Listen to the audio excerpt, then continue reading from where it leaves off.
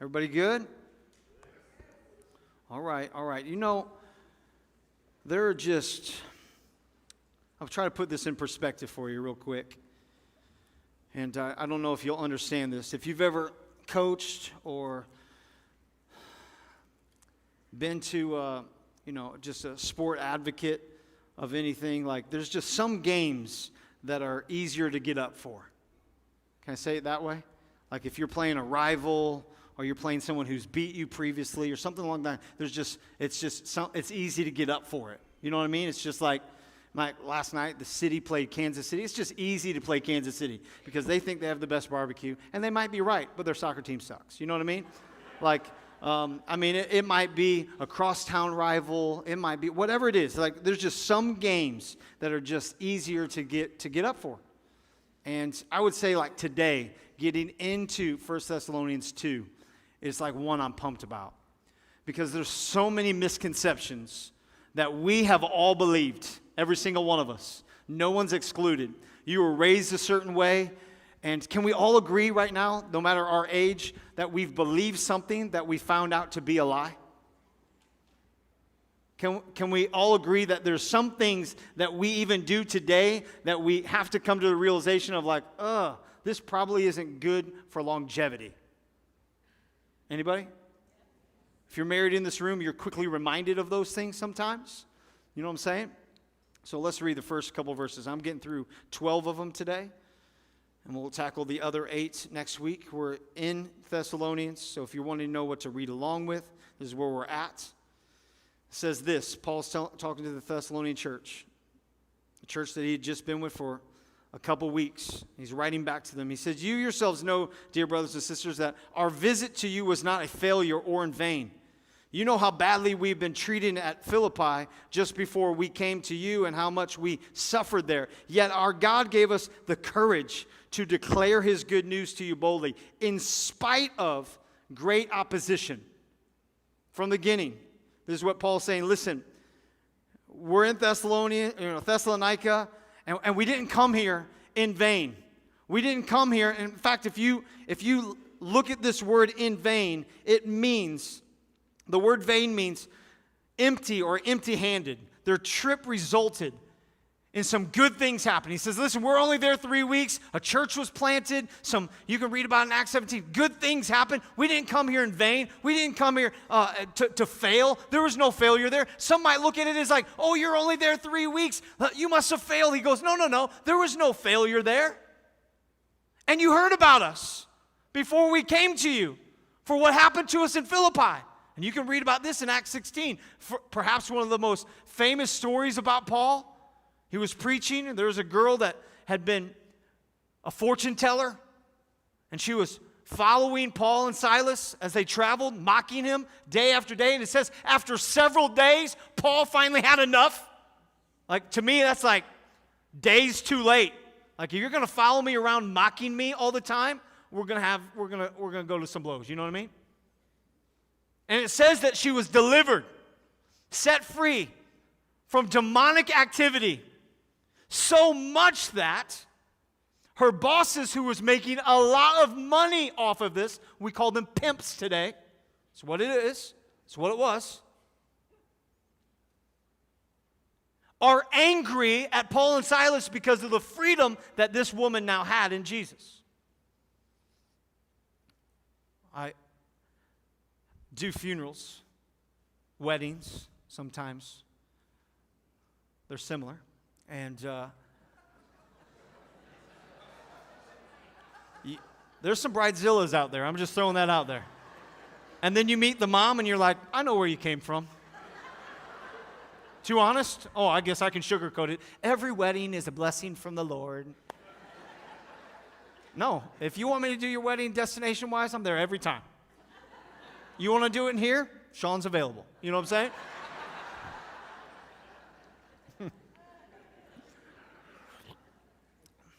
We're youth pastoring in, and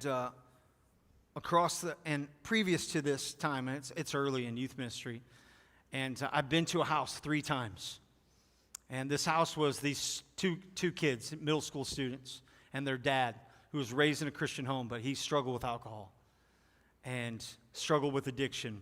And I've been out there several times just meeting with this family, talking to this dad.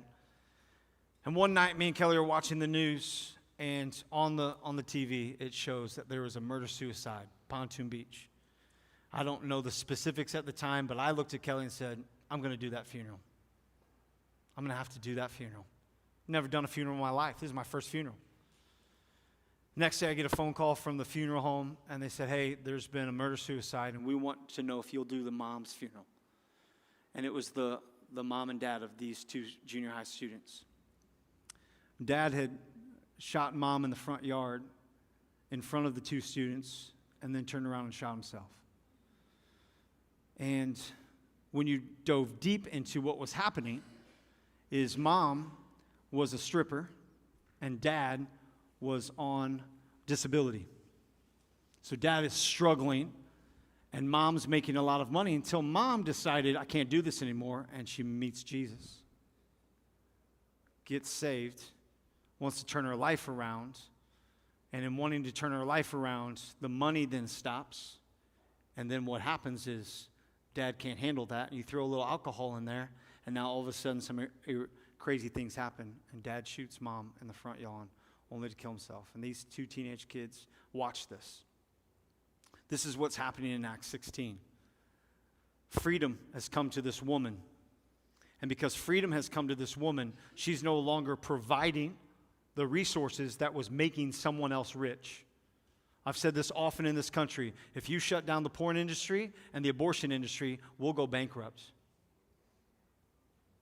And so be careful when we start praying about what we're praying about, because Christians have a real good time about praying for things that are we really want to happen, but we don't know the understanding of what really could happen. And I'm in agreement it should happen, but our lives are going to change when that happens. It won't be as easy. It won't be as comfortable. And what we found out the last 3 years is we can be controlled. So before we start getting puffed up like, oh, you ain't going to tell me what to do. Oh, I think they did. And we complied like good little sheep. Okay, so before we get on any like high horse of going like, nope, you ain't doing that for me. I think there was something that just happened to where we found out they can, and we've not seen anything yet. I don't want to be doom and gloom, but if you think that was the precursor, geez, we got some things coming. But we find out in Acts 16 that persecution from Paul and Silas brought them to prison. Show of hands, anybody been in prison for preaching the gospel? Anybody in prison for seeing a demonic delivered and then a mob comes to your house and throws you into prison, and not prison like ours? Prison, the Bible says that prisons in these days were owned by individuals. That's the reason when the jailer comes out, he just walked across the yard because it's his.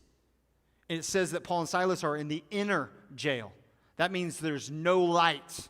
That means they're chained up in the inner part of the jail. And it says about midnight, Paul and Silas are singing hymns. But more importantly, it says people are listening. And perhaps you know the story. The story is that their worship broke chains off. The jailer comes down, and the jailer asks a question. How do I get saved? I don't know that he was asking about getting saved from Jesus. Paul and Silas just went spiritual. I think he was asking, how do I save myself from this crazy earthquake that just happened? And so when Paul and Silas jump to Thessalonica, to this Thessalonian church, as they get there, reports of what happened are being reported. So Paul can open up and he can say, you know how badly we were treated in Philippi. You've heard about it. You've heard about how we were thrown into prison, how all of a sudden when we prayed and we worshiped, chains came off and people were delivered. You heard about those things, how much we suffered there. Despite the suffering and the persecution, Paul's saying, we still came to you. We still came to Thessalonica. We still came and saw you. Despite, I got out of jail and we continued on in our journey. Which brings up the question, what does it take to stop you? Like in this moment, we sometimes would justify Paul and Silas, you just need to take a break. You know, that last town really did a number on you. Could you maybe pause for a moment? Stop being so vocal. Maybe sugarcoat it a little bit so she stays in, this captivity and doesn't get totally set free. See, they faced persecution yet again when they came to Thessalonica. There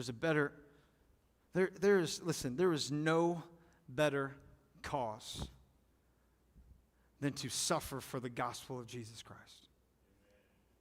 Yeah, I got one of those. You know why? Because none of us want to suffer. We want easy, convenient, long brown-haired, blue-eyed, perfect beard Jesus, and it's just not the Bible. And I want us to note something important here. Paul's motive is not focused on results. His focus is not on growing a church. His focus is not on even planting a church. You see right here in verses 1 and 2 that he continued preaching the gospel in boldness, even with conflict and persecution as it was arising. He was willing to continue to preach, and this is the reason this is important, is that suffering and conflict are evaluation moments of our relationship with Jesus. It's the reason James says in James 1, 2 through 4, consider it pure joy. When what? When the coffee at church is good. Consider it pure joy when your wife is submissive to her own husband. Consider it pure joy when the husband is loving his wife. Consider it pure joy when your kids are at least home and safe. That's not what he says. He says, consider it pure joy, my brothers, whenever you face trials of many kinds.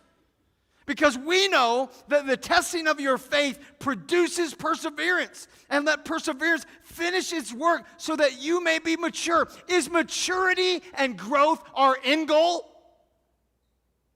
If maturity and growth is our end goal, then we're going to be okay with the many trials and the things that are happening in our lives. We're not going to sulk. We're not going to beat ourselves up. We're not going to be insecure. We're going to say, whoa, whoa, whoa, that was meant to stop me. Watch this. Why? Because this is what it's about. It's not about being comfortable. This is not the end. This is not where we lay roots at. We are, as L. Sweatshirt says, we're making heaven crowded. We're making it hard to go to hell from Columbia, Illinois. Like, this is the goal. This is not the end, because all of this can be taken away. It can be gone in a moment. And so he's saying, hey, I'm asking you to consider it pure joy that the testing of your faith, that the trials of many kinds. You notice that he didn't say what kind of trials. He just says it's going to be different. It could be your marriage. It could be a health incident. It could be a job. It could be a relationship. He says, listen, these trials are many. Let them happen, is what he said. Oh, no. Get me out of here. Get me out of this boat. No, that's not what we do. Like, no, we're going to consider this pure joy. I'm going through it right now, but it's all good. Look what Jesus talked about. Jesus in Matthew 7 is talking about suffering in his parable. Anyone who listens to my teaching and follows it is wise, like a person who builds his house on solid rock. Though the rains come in torrents, the floodwaters rise, and the wind beats against that house, it won't collapse. Why? Because it's built on bedrock. But anyone who hears my teaching and doesn't obey it is foolish, like a person who builds his house on sand. When the rains and floods comes and the wind beats against that house, it will collapse with a mighty crash. And we see that. And I'll be completely honest with you. When I read those 3 verses, the first thing I see is sand. I'm just like, yeah, it looks good on the outside. We got a little beach house. You know what I mean? Like, it looks good. Both the wise and the foolish experienced a storm in this parable. And the storm could very well have been the form of suffering and affliction, yet he's saying the wise man who had his house built on the rock, that person will withstand the storm. You know the evaluation as followers of Jesus, what the evaluation is? Not when life is sunny, 75 degrees. It's what do we do when it's pouring down rain? You can tell the size of the person by what it takes to stop them. Paul's saying, listen, first two verses, guys, what Philippi, what that town threw at us, that mob, what they threw at us, it was a good effort. Here we are. He's saying, we still came to you. I still showed up. Listen, to some of you in this room, that's your story. I got knocked down. I'm still showing up. I'm still getting up. I'm still getting up. And this is my issue, because there's oftentimes,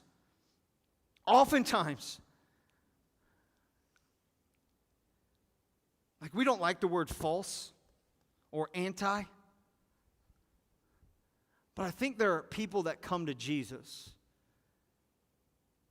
and this may sound extremely harsh, but we came to Jesus with the wrong pretense.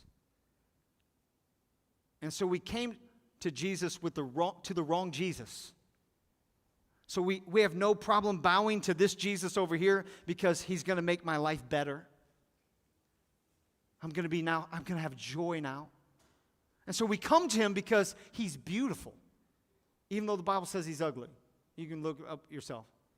I know, that makes some of you so mad, especially, no offense, if you're a Catholic, that ticks you off. Because you got a picture of what Jesus looks like, and it's not what he looks like. Okay? He's probably, anyway, I don't need to get into all that. He wasn't white. I'm going to throw that out there. Anyway, so we like to make him white. He wasn't white. He just wasn't. Anyway,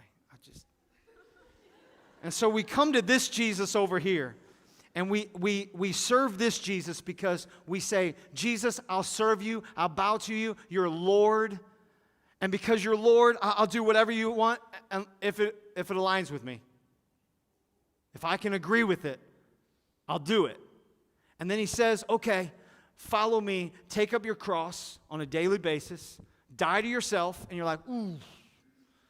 I mean, Jesus, you had me at, you love me, your grace is sufficient, your mercies are new every day. Like, I love those verses, but die to myself, take up my cross. Ooh, that's tough, Jesus. And so we come to this Jesus, and then something goes wrong. We're like, God doesn't love me. I knew it. I knew he was against me. And it's like, whoa. He's not against you, but you can't keep making those same mistakes and thinking that's okay. God is not tolerant of your sin. It's the reason he can forgive the sinner, but he says things like, don't do it again.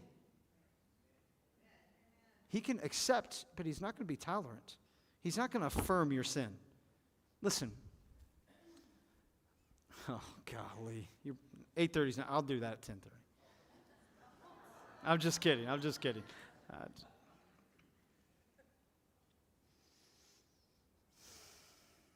It's not just suffering for Jesus. He says, will you be sincere like Jesus? Verse 3. So you can see we were not preaching with any deceit or impure motives or trickery. Another translation uses the word flattery. Paul starts off by letting the church know he didn't seek to deceive them. He doesn't want to deceive them. He wants to tell them the truth. Why? Because people who don't know Jesus can handle the truth. You and I don't think they can. They can. They can handle the truth. We tiptoe around what that truth is in hopes that they sneak in the back door and well, let's not talk about the Old Testament. We're just going to talk about the book of John. That's safe right now. Man, don't send them to Revelation, also written by John. But anyway, we do a disservice when we water down the gospel, the line of thinking that people can't handle what God says. They can handle it. They can handle it. So he's saying, listen, I didn't come with flattery, with trickery, or impure motives. I came to let you know that Jesus Christ, the one that died, rose again, and he loves you, and he wants the best for you. That's it. I'm not trying to trick you into something. And he even says, like, listen, later on, it's like, listen, it's not about taking your money. Verse 4 says it, we speak as messengers approved by God to be entrusted with the good news. Our purpose is to please God, not people. He's hitting the heart of every single one of us who are people pleasers. He's saying up front, I am not here to please people. I'm here to please God. He examines the heart. He alone examines the motives of our hearts. He says, listen, people pleasers are some of the worst kind of deceivers. You know why? Because we never get to the heart of why they're hurting. We just say, whatever they do, cancel it. Man, I watched this stuff on the school shooting a year ago in Texas. 21 people, it kills me. But listen to what I'm saying. And I don't need a hoot and hollering on this either, but you taking away guns is not the problem. Hurt people have always hurt people. And I'm going to just throw this out there. That is the last group of people you want to take their guns from. Like, I want to know who they're sending to take away people's guns. Like, I'm here to collect your guns. Good luck with that. How's that going to work out for you? You know why? Because we've made it about guns until someone drives a car through a parade. And so it's about cars now? Are we canceling cars? No. Why are we not saying, what happened to this young man? Why are we not evaluating the mental state of what's going on inside of the heart? Why can we not say people are mentally confused and off and all of these things and not get canceled for it? Because we're getting to the heart of what's really going on. It's easy to stand in a press conference and say, take away everyone's guns. That's not going to fix the problem if you don't fix the heart. This is what he's saying. He's saying this to these people. You guys, you're trying to please people by telling them what they want. You're not telling them what they need. We're not doing that. People pleasers will do anything in order to gain God's affections, people's affections. And in the process, we often believe our own fabricated stories. People are actually believing this stuff now. Like they're looking us in the eye, not hiding anymore, and they're believing this deception. All what? To get votes, to garner votes, to keep people in bondage. I'm going to tell you whatever your itching ears want to hear to get a vote. My God, where have we gotten to? He's like, no, I did not come here to please you. This is the reason I was in prison, and I'm willing to be run out of town again because this stuff matters. In fact, in Galatians, he said, obviously, I'm not trying to win the approval of people, but of God. If pleasing people were my goal, I would not be Christ's servant. He said, listen, you want to know if you're saved or not? Who are you trying to please? If you're trying to please people, he's saying, listen, I don't know that you're Christ's servant. Paul is clear. He's a servant of Christ. And listen to me, because there's this awakening that's happening to people. And it's this beautiful thing. Because we used to think a call to ministry was a call to like being a star. A call to ministry is to be a servant. Like that's the call. Which is why you should be able to walk in and say, I don't care what my calling is. Where do you need me? What do I need to do? What do I need to do? I don't need a microphone. What is it that I need to do? Like, where do I need to serve? Because he's ultimately saying, listen, you guys, I'm not Christ's servant. If I'm making it about pleasing you, if I'm living off the accolades, the compliments of people, I'm going to die from their criticism. It's going to kill me. Why? Because every single one of us at some point or the other, we're going to come face to face with who am I pleasing, God or man? He says it again in verse 5. Never once did we try to win you with flattery, as you well know, and God is our witness that we were not pretending to be your friends just to get your money. He said, listen, that's not what was happening. Flattery was particularly despised in the time of Paul, much more even today. Whether you guys believe this or not, and some of you won't even get this, some of you will. If you're older, my age or older, you'll understand this, but I oftentimes was called Eddie Haskell.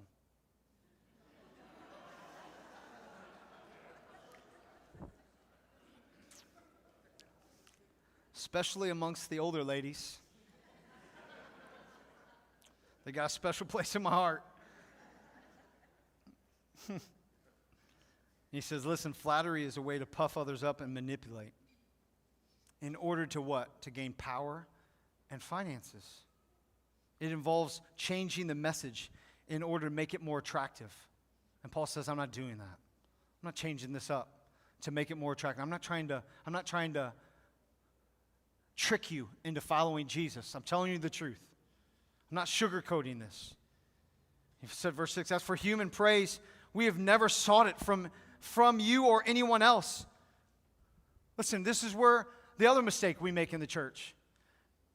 And Paul's saying this because people have heard about Paul. He was a murderer. He killed Christians at one point. He had a bad reputation. And then Jesus shows up, opens his eyes on the road to Damascus, and he says, listen, I'm not trying to just share my story. I'm not just trying to share my testimony. He says, I'm letting you know, like, here's what my goal is. My goal is that you would understand I'm not seeking you to the standing applause. I'm not seeking your praise. I'm just telling you what God's done in my life, and because of what God's done, I'm going to allow that. And this is how the church was born. Listen to me. Hear what I'm about to say. Paul was there 3 weeks and the church thrived. Paul's saying, I didn't build this on myself. If I had, I would have stayed with you. But he kept going, sharing what? His story. No social media. They heard about Philippi. They heard him for 3 weeks, and a church was birthed. Not built on him. Verse 7. He gets into serving one another. As apostles of Christ, we certainly had a right to make some demands of you, but instead we were like children among you, or we were like a mother feeding and caring for her own children. Verse 10, let me jump to that real fast. You yourselves are our witnesses, and so is God, that we were devout and honest and faultless toward all of you believers. He's ultimately saying, guys, listen, we brought community to you because we need one another. We have to have one another. 1 Corinthians says, I don't need you, nor again the head of the feet. I don't need you. On the contrary, all the more, those parts of the body that seem to be weaker are necessary. Paul's saying, listen, in the body of Christ, we need one another. And because we need one another, when you're absent or when you're void or when you're off over here because it got too hard, we miss something. He's saying in this portion, listen, believers, I'm telling you, we need you. And because we need you, you play a role. Verse 8, we loved you so much that we shared with you not only God's good news, but our own lives.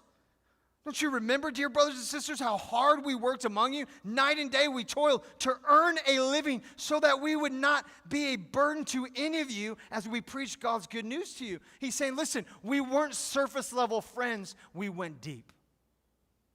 Listen to me. We have to go deep. Listen, I will have friends where something brought us together. Whether it be, you have this. Hunting brought you and your buddy together. Your job brought you and your buddy together. A sport brought you and your buddy together. But Jesus keeps you together. And this is his point. His point is, hey, listen, I have key relationships in my life that I will tell you on paper makes 0 sense. We have 0 in common. Pastor Sean being one of those. Michigan, Indiana. Never a tattoo, a couple of them. Tall, short. Got the loudest come on from the short guy over there in Hayes. That's all right. You're still going through it, buddy. You're going to grow. You're going to do it. You're going to do it. It's going to happen. It's going to happen. You're not going to be that one Van B that stays at 5'9". It's going to happen. I'm believing for it. I'm still believing it for me, Hayes. It'd be no big deal if you do it. It's like, oh, puberty, that's what should happen. If I do it at 46, I'm just throwing out there. If I'm 6'3" next week, the Lord heard my prayer that I've been praying since 13. He's saying, listen, don't be surface. Go deep. Go deep. And then he says, be authentic. He says, we imparted our own lives. What was it? He says, I was real. I was real with you. I was real with everything that I shared. I wasn't being fake. I wasn't just shooting off flattery. I was being real with you and all of these things. I heard this quote. It was anonymous, so I can't give it any accolades, but it says, sin is our failure to grant another his plea for community. Sin is our failure to grant another his plea for community. Here's what it means. We cannot be guilty of committing that sin as we build authentic relationships with one another. They cannot be surface. They have to be, and he brings in a nursing mother. He brings in a nursing mother. Why? Because what she's doing is sacrificial. What she's doing is sacrificial. He's saying, listen, she toils, she labors both day and night. She feeds her baby. She takes care of her baby. She is never a burden to the baby. She only serves and loves the baby with much of her energy. Paul, Silas, Timothy, all of these men, they served the church with that kind of sacrifice. They were not a burden to the church. They gave their lives away. They served their lives away. And this is what he's asking. Do we serve one another this way? Or are there strings attached? Paul's saying, no strings attached. This is the gospel. This is the good news. This is what you need to do. Like a nursing mother, are we willing to be authentic with one another, giving our lives to the men and women around us? Verse 11 says, and you know that we treated each of you, come on somebody, gets the dads in there too, as a father treats his own children. We pleaded with you, encouraged you, we urged you to live your lives in a way that God would consider worthy, for he called you to share in his kingdom. He said, listen, we encourage you, we urge you. This is why the family is under attack. Because if we lack this, if we lack authenticity, if we lack the understanding of needing one another, if we add going deeper in relationship, if we lack all of these things, you know the stat. If dad is around, if dad is involved, your family's potential for growth is mind-blowing. And I am sorry if you're in a situation where that wasn't the case and the man bailed, the man was a coward, he did whatever he did, but let's be real. He's saying in this moment, like a mom nurtures the baby sacrificially, like the dad leads the way he's supposed to be leading. Why are we shocked right now when we say, what is under inspection in this country? What is under observation in this country? Let's take moms and dads out of the equation and then see what happens. This is the scheme of the enemy. This is why we have to keep encouraging, urging this. We're not watering this down. We're not going to say like, oh, he, she, whatever the crap it is. We're not going to do it. It's male and it's female. There's two choices. That's it. I'm not gonna bow away to that. We're gonna talk about why, what is happening inside your heart. We don't just get to say whatever we want. We don't just get to identify as whatever we want. If that's the case, then I am a white 25-year-old millionaire. And 6'3". Oh, man. He charged the church to what? Continue having services?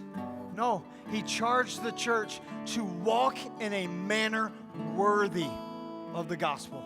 He says, listen, in this world there's going to be impurity, be pure. In this world it's going to be hopeless, give hope. In this world, it's going to be very difficult.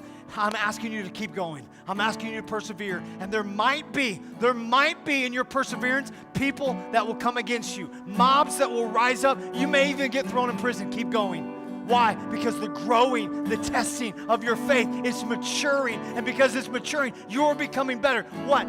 Perfect. You're becoming perfect because you're going through these hard things. Don't dismiss them. Don't throw them to the side. Let God teach you in these moments.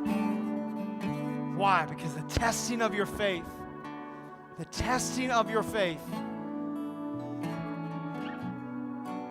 so important, you guys. And the hour that we're living, this is why I can stand in front of you and say, this is the greatest hour to live in all of time. There are people not having kids because they're afraid to bring kids into this world. There's enough of them in Illinois' foster care system to get them. I'm not telling you to have a kid. I'm telling you to be a solution to the problem. It's time for the church to be a solution to the problem, not just naming the problems. All of us in this room, we should all be counselors. Every single one of us. You should be a counselor. I'm not telling you go back to school. I'm not telling you get a degree. I'm telling you be an ear to someone who says, I have these thoughts. I have this anger issue. I have this problem. I need someone to help me walk through it before something bad happens and we react. Why don't we get proactive and start dealing with it right way back here? Way back here. From a sports standpoint, everybody sees the highlight. Man, look, did you see that goal? I didn't see the goal. I saw 3-4 plays back here where we gave it up in the middle, and because we gave it up in the middle, and they found the middle here, and they got out wide, and she crossed it, and they headed it in. You see that. I say, why the heck did we give it away in the middle? What are we doing here? It created this moment. Like, let's go back to the hurt and go, whoa, this was never dealt with. Let's talk here. Let's find deliverance here so that we don't have to react right here. Okay? Again, what Paul is telling the Thessalonian church is hard. It's not easy. And they're getting persecuted for it. Would you stand with me right now?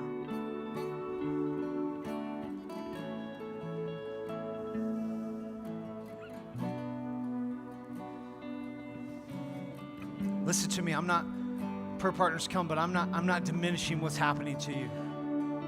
I'm not diminishing what's happening to you. The hard things that are happening, listen to me though. I'm not praying they go away though.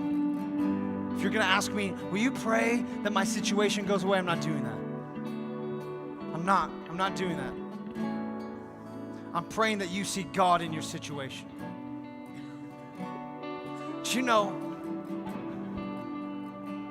in the book of Joshua, when he brought before the Lord the walls of Jericho, he said, these walls are mighty. I don't know what I'm going to do. And what happened? What happened with Joshua? The Bible says that an angel appeared, the Lord appeared to him, and he bowed. If you're a fighter in this room, a boxer, you know the most powerless position is not this. It's one. It's not this. It's face down. It's the most powerless place that you can get. You are powerless. I don't care how big you are. I don't care. You're powerless in that moment. You're face down. And it says in that moment right there, the Lord spoke to Joshua a crazy plan. Joshua, I need you to walk around these walls. And I need something else from you. Don't talk. Now it's estimated there's 1 million people. Have you ever tried to keep 1 million people quiet? Have you ever tried to keep 2 teenage girls quiet? I got a couple in my basement, and I feel like the whole house has a party going on. Oh, there's only 3 friends here? That's it? Because people in Columbia called the police because it's so dang loud. He says, walk around these walls 7 times, and on the 8th time, shout. Praise the Lord in that moment. And the walls came down. Why did the walls come down?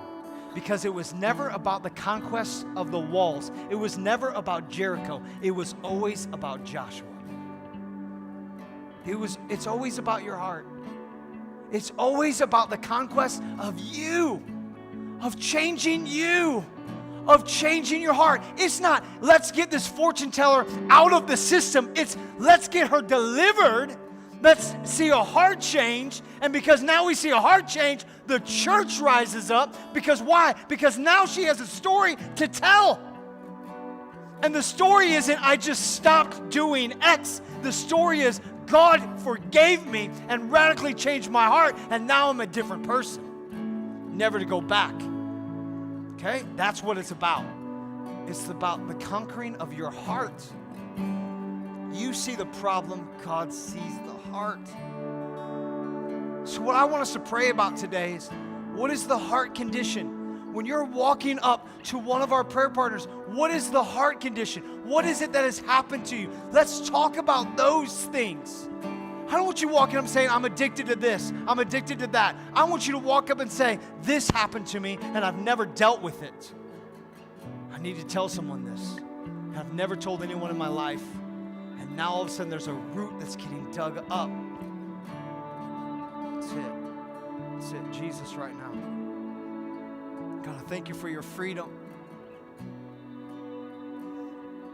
And God, I know we're talking about hard things. But Paul didn't sugarcoat it with the church at Thessalonians. The Thessalonian church heard the truth. It wasn't done in flattery. It wasn't done to trick them. It wasn't done in a conniving way. It was, this is what it is. And people got saved. People said yes to Jesus. Why? Because we believe the truth will set us free.